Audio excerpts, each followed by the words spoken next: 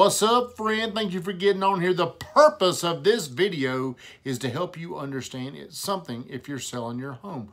One thing you've got to take into consideration if you get an offer, how quickly you need to respond. I'm not saying within minutes, but if you've got an offer and you want to wait a day or maybe 2 days to respond, what happens is the people making an offer, it's a very emotional decision.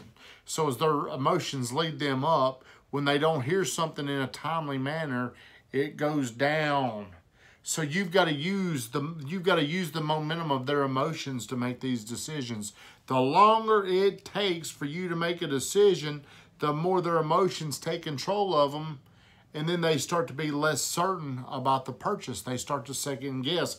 Are we making a mistake? Did we pay too much? Should we have done this? Should we have done that? I see this when people, whenever we go into a listing consultation, they say we want to get X amount of money, X amount of dollars.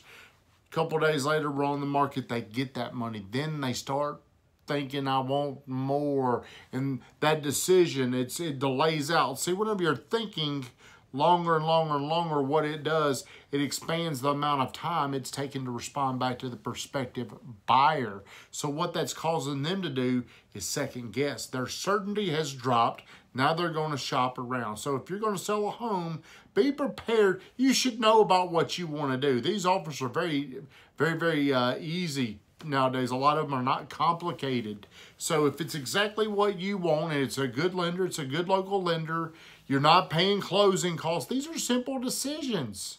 The longer you wait, the harder it gets on you, and the more likely you're going to run away your prospective buyer.